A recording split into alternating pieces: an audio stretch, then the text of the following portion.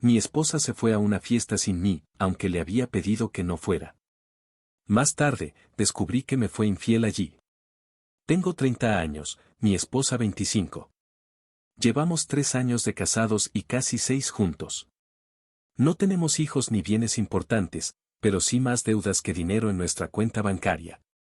Alquilamos una casa y yo soy el principal sostén económico de la familia.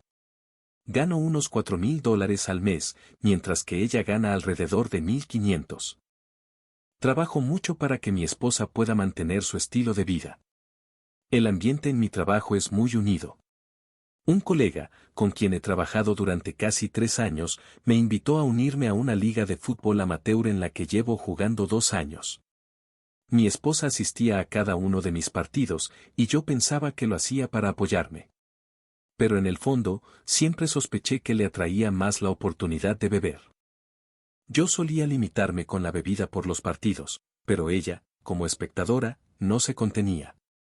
Después de los partidos, todo el grupo, chicos y chicas, nos reuníamos en casa de alguien, íbamos a un bar o pedíamos pizza. Hace un par de semanas, el equipo decidió reunirse en casa de uno de los jugadores en la ciudad vecina. Después del partido, me disculpé y dije que no podríamos ir porque yo tenía que levantarme temprano para trabajar al día siguiente. De camino a casa, mi esposa le escribió a uno de los chicos, a quien yo consideraba un amigo, para que la llevara a la fiesta. Ya en el coche, me pidió permiso para ir. Me negué, explicándole que quería pasar la noche juntos y que necesitaba descansar antes del trabajo. Ella se ofendió y dejó de hablarme. Cuando llegamos a casa, mi amigo ya estaba aparcando frente a nuestra puerta. Mi esposa había tomado la decisión de ir a la fiesta. Yo estaba furioso. Me acerqué a él y le dije que no aprobaba esto y le pedí que se fuera. Pero mi esposa salió de nuestro coche y se subió al suyo. Se fueron. Lleno de rabia, encendí su viejo iPad, el que le compré hace muchos años. Podía rastrear su ubicación. Intenté mantenerme despierto, pero me quedé dormido sobre las 3 de la madrugada. Ella todavía no había vuelto. Al despertar por la mañana, la encontré en nuestra cama. No sabía a qué hora había regresado. Me preparé para el trabajo y me fui sin despertarla ni darle un beso de despedida. Era la primera vez que algo así sucedía. Quería que entendiera que estaba enfadado. Antes de irme, cogí el iPad y lo metí en mi maletín. En el trabajo, después de una reunión, saqué el iPad. En la pantalla apareció una notificación de una aplicación de mensajería. El amigo está escribiendo. Abrí la aplicación y vi su conversación. Aunque los mensajes en esa app debían borrarse, una versión desactualizada todavía los mostraba en tiempo real. Se me encogió el corazón. El amigo hacía comentarios vulgares sobre lo que pasó la noche anterior. También mencionó que otros chicos se habían divertido con ella. Y luego, la cosa empeoró. Vi cómo mi esposa le pidió que le enviara un video íntimo, y él lo hizo. Estaba horrorizado. Corrí al baño y vomité. Temblando, pedí permiso para salir antes del trabajo. Conduje a casa. Mi esposa todavía dormía en nuestra habitación. Estaba en nuestra cama. Le pedí que bajara. Me senté frente a ella y le pedí que me contara todo lo que había pasado la noche anterior. Ella afirmó que solo había bebido, jugado al billar y charlado. Y nada más. Entonces le pregunté cuándo fue la última vez que habló con el amigo. Dijo que habían intercambiado un par de mensajes sin importancia por la mañana. Y ahí solté la bomba. ¿Cambiarías tu historia si te dijera que vi toda tu conversación con él esta mañana? Se echó a llorar. Lo primero que dijo fue, ¿vas a dejarme? Confesó que no recordaba todo con claridad, pero admitió que había estado con el amigo y con otro miembro del equipo esa noche. Añadió que quizás hubo otros chicos, pero que no estaba segura. Yo estaba devastado. Le pregunté si era la primera vez, y admitió que había ocurrido antes. Una vez, incluso en nuestra propia casa, mientras yo dormía en el piso de arriba. Ese fue el límite. La ayudé a hacer una maleta y se fue a casa de su familia. Me suplicó que no se lo contara a nadie. Han pasado 2 semanas desde entonces y no sé qué hacer. Sé que hay casos peores de infidelidad, pero es difícil imaginar algo peor que descubrir que tu esposa te engaña con gente que habías acogido en tu vida. Y saber que esto llevaba meses ocurriendo es simplemente insoportable. Ella le echa la culpa al alcohol, dice que empezará a ir a reuniones de alcohólicos anónimos y ahora quiere ir a terapia de pareja para arreglarlo todo. Creo que es demasiado tarde, pero me siento débil y estoy pasando por una montaña rusa de emociones, incluida la culpa. Mañana tengo una cita con un abogado de divorcios. Quiero creer que estoy dando el paso correcto. Por muy mal que ella se sienta y por mucho que quiera arreglarlo, no puedo ni hablar con ella sin que ese video se repita en mi cabeza. Merezco algo mejor. En esta situación ya no hay nada que se pueda arreglar, ¿verdad? ¿No soy una mala persona, o sí? Cualquier apoyo o consejo sería de gran ayuda. Es muy difícil dejar de preocuparse por alguien que te ha traicionado de una forma tan repentina. Actualización 1. Agradezco sinceramente sus consejos y comentarios, su apoyo y su positividad. Entiendo que ha pasado casi un mes desde mi primera publicación y muchos de ustedes se han preguntado cómo estoy. Lamentablemente, la situación ha pasado de ser horrible a algo increíblemente siniestro. No hay palabras para describirlo con precisión. Me disculpo de antemano por lo largo de esta publicación, pero es la única manera de transmitir lo devastado que estoy. Unos días después de mi primer post, seguí sus consejos y programé consultas con varios abogados para tener opciones listas y decidí a divorciarme. Mi esposa no sabía nada de estas reuniones. No nos comunicamos durante unos días, pero ella insistía en que esta vez haría todo lo posible para que empezáramos a ver a un terapeuta de pareja, algo que yo le había pedido durante meses antes del día de para ver si teníamos alguna posibilidad. Pero en el fondo, yo ya sabía cuál sería mi decisión. Ella nos consiguió una cita con un terapeuta, pero era para dentro de 1 semana y media. Durante ese tiempo, seguí literalmente cada uno de sus movimientos a través de ese maldito iPad. Revisaba obsesivamente cada mensaje, Facebook, Snapchat, todo lo que podía. Después de 1 semana y media de monitorear su actividad digital, no encontré nuevas pruebas y empecé a pensar que quizás su arrepentimiento era sincero. Finalmente, llegó el día de la cita con el terapeuta. Nos sentó y nos preguntó por qué estábamos allí. Le sugerí que ella contara la historia primero. Omitió algunos detalles, pero expuso los hechos principales. Después de escuchar, el terapeuta se giró hacia mí y me preguntó, ¿confías en ella? ¿Qué piensas de tu matrimonio? Simplemente negué con la cabeza, desconcertado y en shock. En lugar de responder a su pregunta, dije, si no lo digo en voz alta ahora, me temo que nunca lo haré. Para mí, no hay vuelta atrás. Este matrimonio se ha acabado.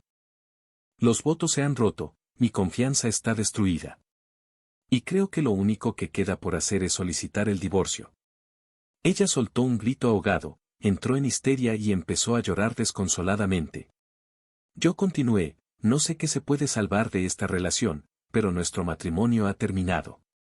Cuando hice mis votos en el altar, hablaba en serio.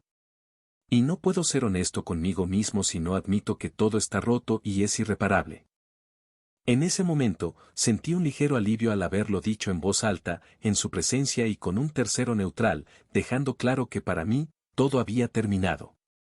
El resto de la sesión, el terapeuta le explicó a mi esposa por qué mis sentimientos y mi decisión eran completamente racionales dada la situación y trató de calmarla. En mi opinión, todo salió incluso mejor de lo que esperaba.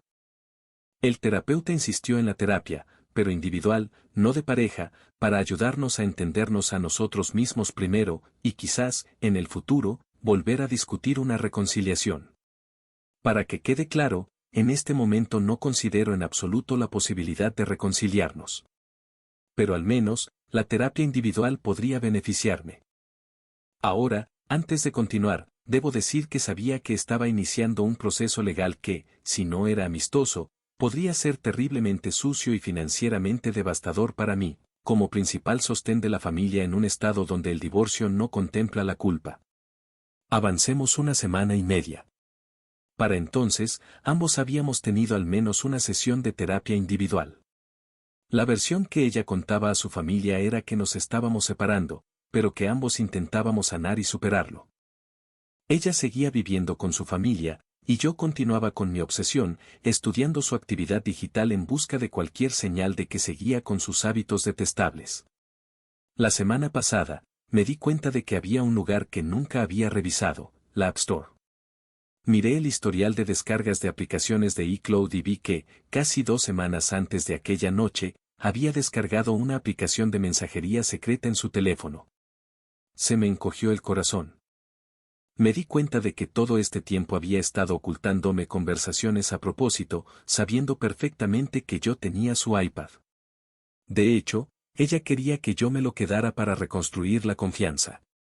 Pero, al parecer, no sabía que las aplicaciones descargadas en un dispositivo de iCloud son visibles en el historial de cualquiera de sus otros dispositivos. Necesitaba saber de qué hablaba en esa aplicación. Apenas tenía control sobre mí mismo en ese momento. Descargué la aplicación en su iPad, probé algunas de sus combinaciones de usuario y contraseña habituales, y ahí estaba. La verdad. No solo había seguido hablando con el amigo a través de esa aplicación después de nuestra primera sesión, sino que también había seguido teniendo intimidad con él en los momentos en que sabía con certeza que yo no estaría cerca. Sentí que el estómago se me revolvía por completo. Lloré. Era la noche del lunes al martes, las 3 de la madrugada. Cogí el teléfono e intenté llamar a mi madre. No contestó. A mi padre, tampoco. A mi hermana, ella sí contestó. Le conté lo que acababa de descubrir, ahogándome en lágrimas, y ella supo al instante que estaba al límite. Insistió en quedarse al teléfono conmigo, a pesar de ser de madrugada, hasta que me calmara. Tardé como 1 hora, pero finalmente me recuperé un poco. Después de colgar, me metí en la cama intentando dormir, pero el sueño no llegaba. Las horas pasaban y me di cuenta de que tenía que ir a trabajar. No podía soportar estar en esa casa ni un minuto más. Y ahí estaba. Había conseguido lo que tanto buscaba. La prueba irrefutable de que mi esposa no solo era infiel, sino también una mentirosa descarada. Pasé días atormentado, tratando de decidir qué hacer con la información que había descubierto. Por un lado, quería contárselo a todos sus familiares, amigos y conocidos, que el mundo entero supiera quién era realmente, lo que había hecho y seguía haciendo. Pero no podía. El proceso de divorcio ya estaba en marcha, y ella podría intentar hacerlo sucio y costoso para mí. Empecé a ignorar sus mensajes y llamadas, hasta que finalmente vino a mi casa para ver cómo estaba. Apenas pude mantener la compostura. Intenté parecer indiferente a propósito. No sabía exactamente cómo proceder. No pasó ni un minuto antes de que perdiera la paciencia y empezara a gritarme por mi comportamiento extraño. Entonces le di una oportunidad y le pregunté directamente, ¿has hablado con el amigo desde aquella noche? Su respuesta fue, no, lo he bloqueado de todas partes. Volví a preguntar, ¿estás segura de eso? Afirmó rotundamente que no, que él le daba asco y que nunca me haría algo así. Entonces, solté la bomba de nuevo. ¿Y qué me dices de esta aplicación? ¿Y del video que grabé con mi teléfono? Hice un video de pantalla mostrando todas sus conversaciones. Todas las fotos que se enviaban, la planificación de sus encuentros según mi horario. Se derrumbó en el suelo, sollozando, suplicándome algo. Ni siquiera sé qué. Mantuve un tono indiferente. Esto es lo que va a pasar. No le contaré a nadie sobre esto, y a cambio, no me pondrás problemas durante el divorcio. Seré justo, aunque no debería, pero recibirás los papeles del divorcio y los firmarás. De lo contrario, la gente tendrá que enterarse de nuestra situación y de lo que está pasando. La elección es tuya. Se fue, y 2 días después le entregaron los papeles. Desde entonces, he cumplido mi palabra y no le he contado nada a nadie, excepto a mis familiares más cercanos. Pero sé con certeza, gracias a la aplicación de localización, que ella visita al amigo todas las noches en su casa, donde él vive con su madre. Su familia cree que va a reuniones de alcohólicos anónimos, pero mis capturas de pantalla de su ubicación en esos momentos demuestran lo contrario. ¿En serio? ¿Por qué demonios no ha cambiado su contraseña de iCloud? No entiendo por qué sigo acumulando pruebas, pero lo hago. Ahora lucho contra la ansiedad, esperando que termine el periodo en el que ella todavía tiene derecho a disputar el divorcio en los tribunales. Mientras su familia piensa que está en el camino correcto, lo cual no podría estar más lejos de la verdad, en realidad les está mintiendo a todos. Lo que más me duele ahora es la injusticia de todo esto. Ella puede estar con gente todos los días y actuar como si todo estuviera bien, y luego irse cada noche con él para tener intimidad, para luego volver a casa en mitad de la noche. Mientras tanto, yo voy a trabajar cada día y vuelvo a una casa vacía que me tortura mentalmente, sintiendo lo que significa estar completamente solo en todos los sentidos de la palabra. Estos son los peores días de mi vida. Vivo este periodo hora a hora, día a día, hasta que llegue el momento en que esté seguro de que saldré de este infierno sin arruinar mis finanzas y pueda dejarlo todo atrás oficialmente. Lo que haré después, todavía no lo sé. Simplemente estoy tratando de sobrevivir hasta ese momento. Actualización 2. Esta es mi tercera publicación aquí y, con suerte, la última. Mi divorcio ha finalizado oficialmente. Esperé los largos 6 meses y un día para asegurarme de que mi exesposa no presentara ninguna demanda en mi contra sin mi conocimiento. Ahora todo ha terminado. He cortado toda comunicación con ella y finalmente siento que puedo seguir adelante. Escribí la publicación anterior 6 semanas después del día de lo que no mencioné en ese post es que ya había presentado los papeles para iniciar el proceso de divorcio. Seguí el consejo de muchos amables comentaristas que sugirieron devolverle el iPad y cortar todos los lazos con sus dispositivos y cuentas de redes sociales para no poder seguir obsesivamente sus acciones. Ya sabía lo suficiente. Sabía lo que quería. Mi enfoque en el proceso de divorcio podría haberme causado más daño emocional a largo plazo, pero no afectó tanto mi bolsillo como podría haberlo hecho, y en ese momento, todo parecía lógico. Me enfurecí con la idea de que esa mujer nunca más merecería mi confianza. Sabía que tenía que deshacerme de ella, pero no iba a pagarle una pensión alimenticia de casi $2,000 al mes. Ni siquiera tenemos hijos, maldita sea.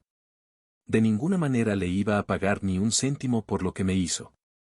Me enfurecí, lo pensé y desarrollé un plan para salir de este matrimonio lo más rápido y limpiamente posible. Mirando hacia atrás, no estoy orgulloso de la táctica que usé para terminar mi divorcio sin pérdidas financieras, pero al final funcionó. Sin embargo, siento que mi superioridad moral pudo haberse visto comprometida. Supongo que es un punto discutible. Desde mi perspectiva, mis acciones son solo pequeñas colinas en comparación con las montañas de desconfianza, dolor y miedo que ella me causó.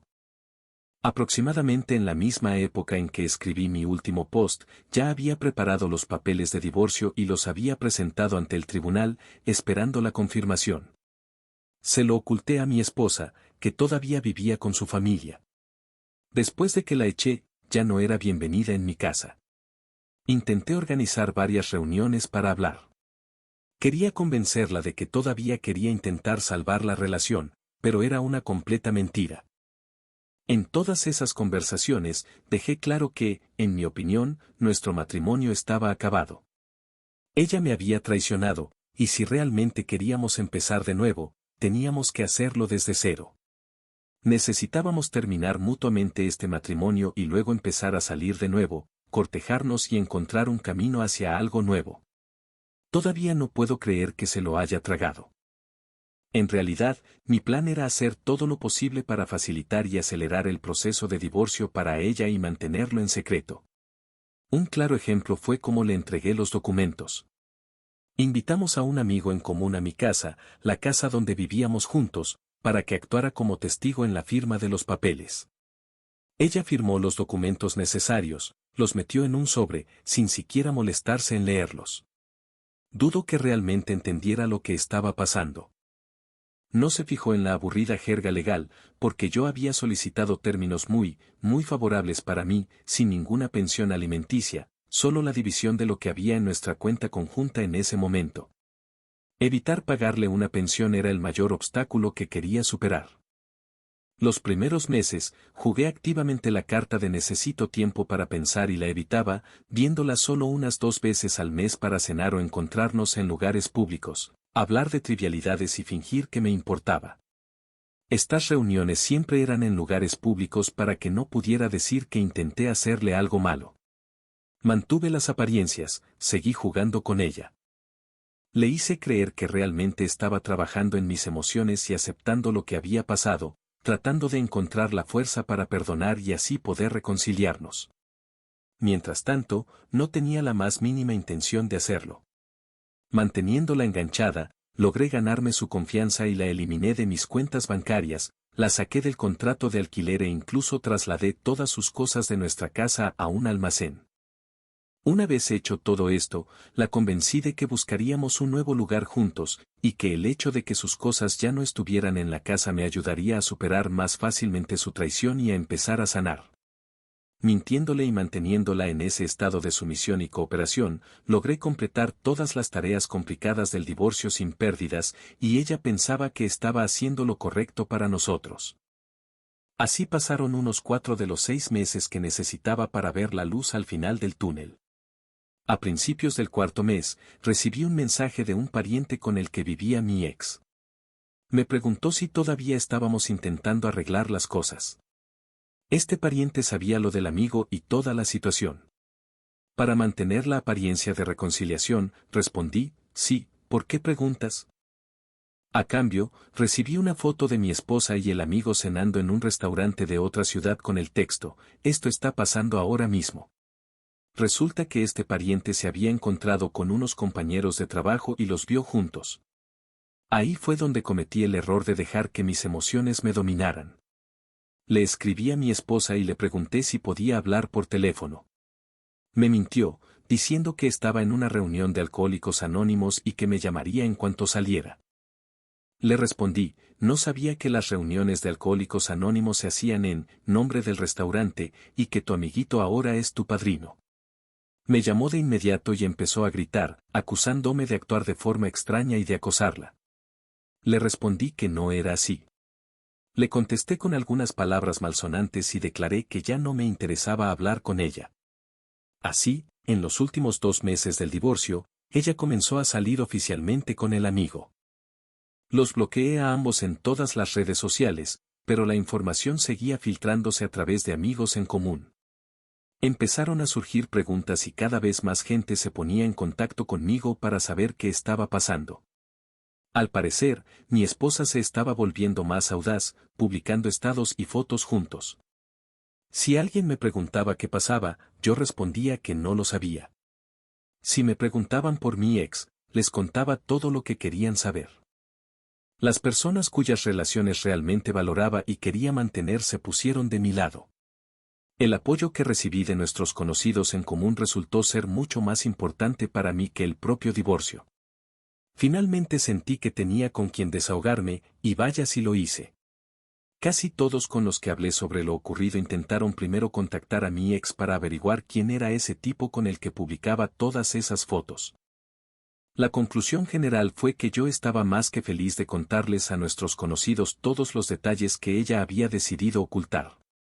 Todos nuestros amigos y la mayoría de sus familiares cercanos se quedaron en shock, y realmente creo que eligieron mi lado. Les pedí que no agitaran las aguas hasta que el divorcio finalizara. Cuanto más tiempo pasaba, más audaces se volvían sus fotos. Cuanto más pública se hacía su relación, más a menudo sonaba mi teléfono. Llegó un punto en que tuve que pedirle a la gente que dejara de informarme sobre la vida de mi ex, porque seguía causándome un verdadero dolor emocional. Pocos días antes de que finalizara el divorcio, fue el día de San Valentín. En ese día del amor, recibí 3 capturas de pantalla diferentes de 3 personas distintas, todas del mismo post en redes sociales. Mi ex y el amigo, abrazados. Debajo de la foto, una descripción romántica que decía lo maravilloso que era que Dios le hubiera enviado un hombre tan increíble. Lo feliz que era y que esperaba que él fuera el hombre con el que algún día se casaría. Cuando una puerta se cierra, Dios abre una ventana. Me resultó realmente divertido ver los comentarios confusos de parientes lejanos y conocidos suyos preguntando quién era ese tipo, incluso algunos emojis de sorpresa. Me gustaría decir que no me importa que estén juntos, pero todavía me duele. En el fondo, todavía siento una profunda pérdida, pero ahora también siento un completo asco por ella. Y me enferma no haber podido ver al monstruo que tenía delante durante todos estos años, por no hablar de la persona despreciable que resultó ser el amigo. Realmente no lo respeto y no quiero gastar mi energía ni mi tiempo en él.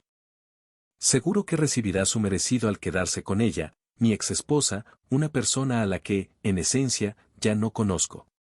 Y eso me tranquiliza un poco. Finalmente, llegó el día oficial del divorcio.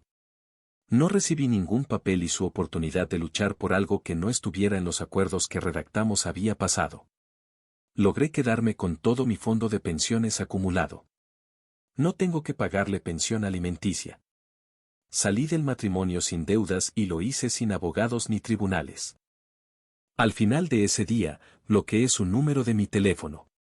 Al día siguiente, 7 de mis amigos cercanos, 6 de los cuales eran amigos en común, me organizaron una fiesta de divorcio.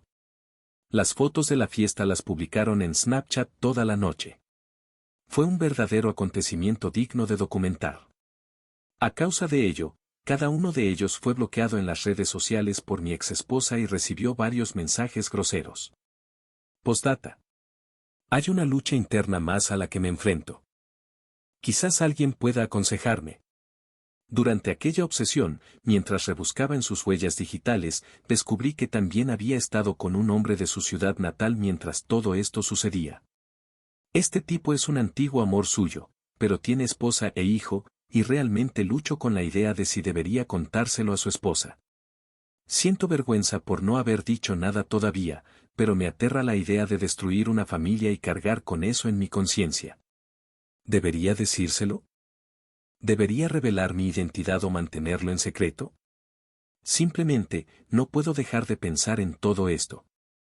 Es un pensamiento que me persigue, un gusano en mi cabeza que me atormenta constantemente, provocándome náuseas, ansiedad y, de vez en cuando, pesadillas. Actualización cuarta.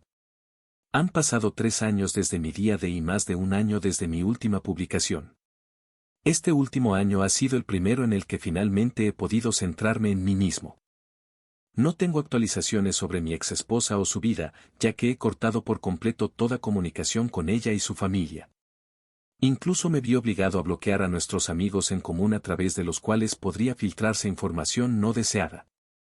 Sabía por experiencia que si mantenía todo lo relacionado con ella y su familia fuera de mi flujo de información, podría concentrarme mejor en mi vida, sin permitir que los pensamientos volvieran al pasado. Sinceramente, cortar la comunicación con su familia fue extremadamente difícil, porque también eran mi familia hasta que ella hizo lo que hizo. Quería a algunos de sus parientes como si fueran míos, y darme cuenta de la pérdida de esas relaciones fue duro e injusto, pero en última instancia, necesario.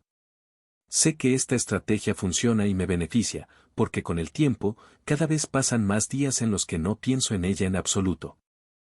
E incluso si pienso en ella ahora, es más un gracias a Dios que escapé de esa pesadilla que algo relacionado con la tristeza o el dolor. Este año, en medio de la pandemia, cambié radicalmente mi carrera y abrí mi propio negocio de consultoría en soporte técnico y diseño de sistemas informáticos. Fue un paso audaz que rápidamente dio sus frutos. Recogí los resultados. Conseguí varios contratos, incluidos 2 con organizaciones gubernamentales del condado donde vivo. Tuve mucho trabajo, pero lo logré, y ambos contratos se renovaron por otros 12 meses. Trabajar para mí mismo ha resultado ser increíblemente inspirador y estoy orgulloso de poder ofrecer un trabajo de calidad. Este sentimiento de autoestima ha cambiado significativamente mi percepción del pasado y ahora no me preocupo tanto por el presente o el futuro. Mi vida laboral es estable, mis finanzas están mucho mejor que nunca, mi mente está en gran parte libre de los recuerdos que me atormentaban, mi cuerpo está en mejor forma que cuando empezó toda esta historia, y me siento bien. Lo único que me preocupa es mi desconfianza general hacia la gente, especialmente hacia las mujeres en el plano romántico. Mi desconfianza hacia los demás hizo que la transición de un empleo por cuenta ajena a mi propio negocio fuera una decisión natural y fácil. No necesito depender de nadie más que de mí mismo para hacer mi trabajo. Pero en el plano romántico, el deseo de estar con alguien se ha debilitado considerablemente. Estoy bien solo. Tuve una breve experiencia con las citas online y me di cuenta de que, en su mayoría, es solo un pantano de gente rota. Llegué a esta conclusión después de 3 o 4 citas que resultaron ser extremadamente decepcionantes, con mujeres que en realidad no buscaban nada serio, como podría parecer por sus perfiles, sino que simplemente necesitaban atención masculina. No quiero sonar como si no respetara a las mujeres o algo así. En el fondo, anhelo esa conexión e intimidad y quiero compartir mi vida con alguien. Sin embargo, solo porque lo sienta no significa que vaya a dejar entrar a cualquiera en mi vida solo para no estar solo. Tengo este molesto diálogo interno que aparece en mi cabeza más a menudo de lo que me gustaría admitir. Me recuerda constantemente que ya tengo 34 años, que se supone que a esta edad ya debería tener una esposa e hijos y vivir una vida feliz, como todos mis amigos. Otros amigos que están pagando hipotecas, viajando, mimando a sus hijos y, aparentemente, viviendo su mejor vida. ¿Qué tengo yo? ¿Dinero en el banco? ¿Eso me hace más feliz? Obviamente, necesito seguir trabajando en mí mismo, pero entiendo que aferrarme a algún calendario teórico en mi cabeza no es lo que realmente necesito. Por ahora, estoy agradecido por la vida que tengo. Estoy inmensamente feliz de no estar viviendo la otra versión de mi vida, donde mi ex sigue siendo mi esposa. Y espero que si sigo poniéndome en primer lugar y aprovechando al máximo cada día, pueda mirar hacia atrás y decir que estoy orgulloso de mí mismo y que saqué el máximo provecho de una mano bastante difícil que me tocó desde el principio. Gracias a todos por su tiempo, consejos, apoyo y palabras de sabiduría. Sin ustedes, no lo habría logrado. El autor logró salir de una situación terrible, pero tuvo que usar el engaño para protegerse. ¿Creen que el fin justificó los medios? ¿O se convirtió él también en el malo de la historia? Déjenme saber qué piensan en los comentarios.